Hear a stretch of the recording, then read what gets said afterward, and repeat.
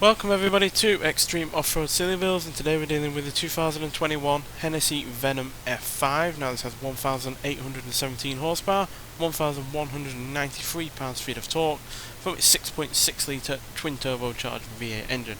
Now that is all normal. We're not able to actually upgrade the engine on this car, but it does now weigh 2,888 pounds.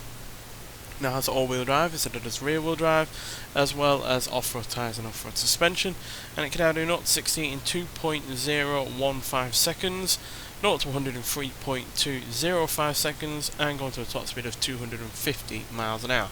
Now that top speed is significantly less than what it can do in stock form. It can do 304, but figured we don't really need it to be going that quick on this series. We're nowhere near going to get that to that level of speed, so yeah, pegged it down a little bit. Still pretty damn quick though, and yeah, especially in terms of acceleration. But yeah, no idea how this is going to perform here, because yeah, the launch, acceleration and braking are really rather good. Handling a little bit less so, but it should be okay. But yeah, obviously this is a hypercar, so it's not really meant for off-road conditions, so yeah, but that 7.3 is really rather decent. So yeah, it's going to be interesting to see what this car can do, because yeah, we've had a mixed bag in the top 10 so far. We do have some supercars and a hypercar in the likes of the Lotus Evija, but it is mainly off-road vehicles or you know, oddities, quite frankly. So yeah, let's see what this can do in comparison. No doubt it's superly quick. We have seen cars that really aren't meant for doing this kind of thing be properly quick. The Lotus Evija has the fastest times on this series, but that did get bounced around a fair bit on those bumps there. So yeah, that is something we're going to have to watch out for, because yeah, this suspension is rocking and rolling there. But yeah, like I was saying, the Lotus Evija is in third place, and that is a car with around the same kind of power as this. So yeah. But obviously that's electric, so the car is pretty instantaneous. It had all-wheel drive standard, whereas this did not. So, oh dear, yeah, we are getting thrown around a fair bit. So yeah, we've used 2 of our 3 rewinds there, so we're gonna have to be careful now.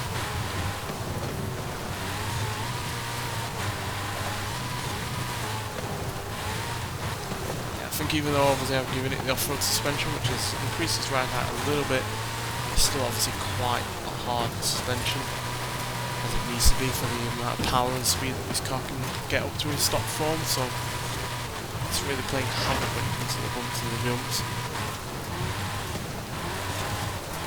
So if we're in the air, we are not able to control the car whatsoever, so that's quite bad. Bit of a severe bounce back up there after the landing.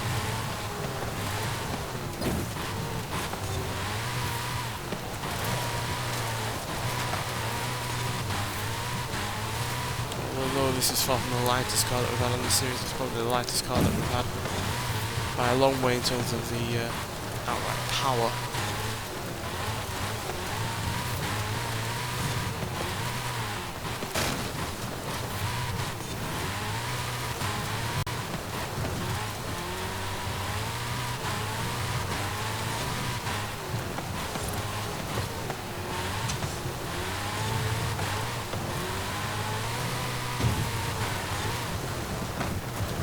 I want to, you know, go as quickly as possible, but I'm afraid that if I do, I'll end up sort of bouncing around and miss a checkpoint or hit some debris or anything like that that will slow us down. So it's a car we've really got to be tentative with at times. It's undoubtedly got a lot of power to offer, but it's about being able to use it. That's the important part.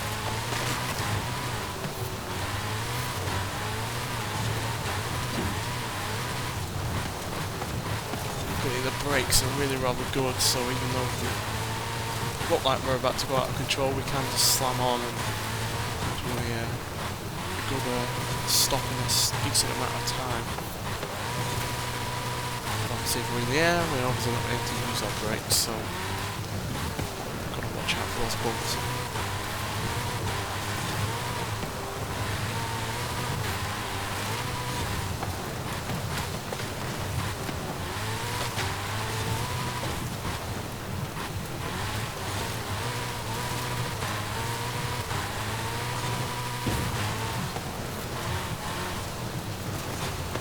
fair bit of understeer there.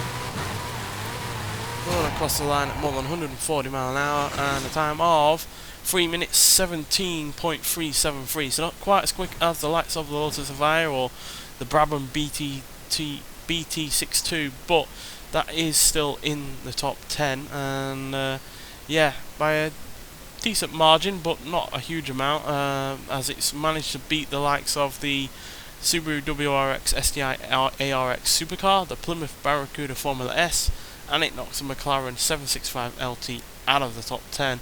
But it is actually slower than a Dodge Coronet Super B, which also had quite a lot of power. I think it had about 1750 if I'm remembering correctly. I'm just trying to see if I have my notes on that car, because I'm pretty sure it had around that kind of power. Yeah, it had 1750 horsepower. More torque though than this at 1475, and it actually weighed 8 pounds less. So yeah, and that had way more compliant suspension, being a classic American muscle car where the suspension in stock form was quite soft, so raising it up made it only a little bit more softer. So yeah, at the end of the day, it is the rock hard suspension on this, along with the rough conditions, that ultimately slowed it down.